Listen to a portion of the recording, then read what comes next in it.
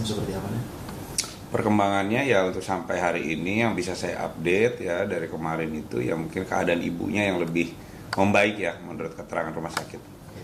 Dan ini kan dikatakan sebelumnya anak ini sudah mulai dirangkul pihak forensik, juga sudah psikologi dan juga PPPA Kementerian Pemberdayaan Perempuan dan Perlindungan Anak. Sejauh mana sudah berkoordinasi dengan pihak kepolisian?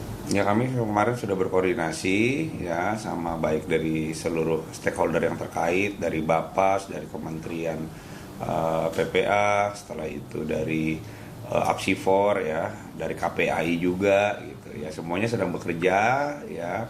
Kalau kami dari tentang penanganan hukumnya ya proses sudah berjalan juga ya, kami juga sudah berkoordinasi intensif dengan kejaksaan, tapi kalau dari forensik masih mendalami ya, karena kan mereka butuh tahapan-tahapan ya, yang metode-metode yang memang mereka harus lakukan. Ya, kemudian ini kan ibunya kan sebenarnya kritis tapi masih ada begitu. Iya. Apakah ibunya ini juga sebenarnya dipertimbangkan begitu untuk menjadi profil saksi selanjutnya untuk diminta keterangan? Ya, kalau untuk ibunya nanti kita ambil keterangan, cuman kan tidak mungkin gitu loh dengan kondisi yang sekarang. Tapi tanpa keterangan ibunya pun ya kita sudah bisa sampai detik ini menentukan posisi anak ini sebagai apa. Petunjuk-petunjuk apa yang didapat dari pemeriksaan terhadap 5 saksi sebelumnya, mungkin apakah menggambarkan hubungan keluarga yang seperti apa, mungkin kondisi emosional anak ini, apakah sudah ada petunjuk-petunjuk yang menggambarkan?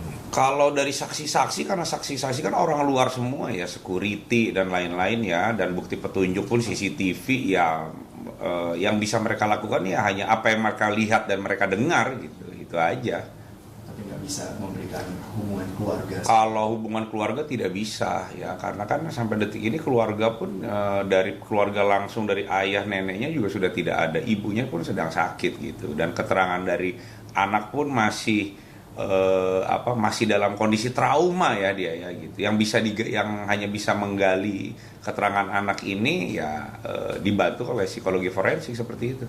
Dan tanpa mendahului apa yang menjadi kesimpulan dari psikologi forensik, melihat bahwa beliau bilang ada mendengar bisikan-bisikan seperti itu, apakah dari pola-pola penanganan kasus serupa menunjukkan memang ini masih emosional anak di bawah umur berkaitan dengan tindakan apa yang dilakukan?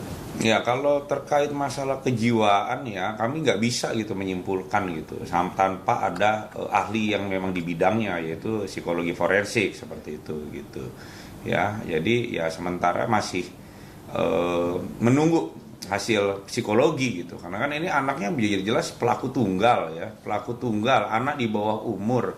Untuk mengetahui motif itu memang harus didalami dari segi kejiwaan ya, dari psikologi forensik. Dan apakah tindak lanjutan hukum untuk anak ini seperti yang kita tahu, bagaimana penanganan di bawah umur, atau mungkin nanti ada tambahan khusus seperti pembinaan atau dan sebagainya seperti apa? Ya kami sampai detik ini ya menjalani proses penyidikan ya, proses penyidikan normal ya, sampai nanti berkas kita kirim seperti itu. Update mengenai kondisi dari ibu, apakah dokter dari di mana ibu dirawat tersebut komunikasi intens untuk memberikan gambaran kapan bisa memberikan keterangan, atau mungkin kondisi terbarunya seperti apa dan sakit apa sih sebenarnya ibunya? Iya, karena ibunya kan dia diserang pakai senjata tajam ya, yang jelas banyak darah yang keluar gitu, sampai dengan informasi rumah sakit juga melakukan transfusi darah gitu seperti itu. Jadi untuk bisa menanyai dan meminta keterangan ya nanti akan diberitahu oleh dokter gitu. Tapi sementara pun juga prosesnya masih berjalan normal karena kita juga sudah tahu duduk perkaranya seperti apa. Dan apakah ada rencana untuk olah TKP lagi, melihat bahwa mungkin ada yang perlu didalami lagi dari rumah tempat kejadian perkara tersebut? Ya sementara sampai sekarang olah TKP lanjutan ya kemarin, nanti jika memang ada olah TKP kembali kami akan update. Boleh dipertegas lagi mungkin dari olah TKP kemarin, apakah ada bukti-bukti baru yang diperoleh atau mungkin hanya mengolah atau mendalami hal-hal yang dari laporan-laporan sebelumnya seperti apa? Ya kalau olah TKP lanjutan kemarin kita ingin memastikan gitu dari keterangannya korban sampai dengan olah TKP yang dilakukan ident, kita menentukan sama nggak seperti itu gitu. Ya cenderung sama. Berarti sebenarnya upaya untuk pengungkapan kasus sampai kesimpulan ini sebenarnya sudah tidak begitu lama lagi tujuannya.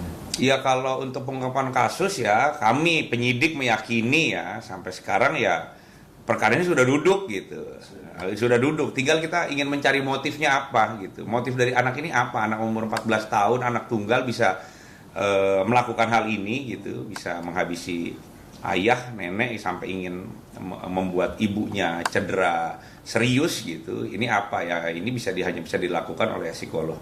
Dan untuk penanganan daripada anak korban ini, apakah sudah didampingi oleh psikolog forensik ataupun mungkin boleh keluarga-keluarga yang baik itu sepupu, mungkin bibi, aman dan lain sebagainya boleh mendampingi atau masih seperti apa? Yang mendampingi adalah psikolog, ya psikologi forensik ya, apsifor. Kalau kami didampingi apsifor. Ya, tapi kalau keluarga ya mendampingi, kemarin ada dari keluarga dari ayahnya mendampingi juga datang gitu. Ya, tapi yang sesuai dengan mekanismenya adalah apsifor.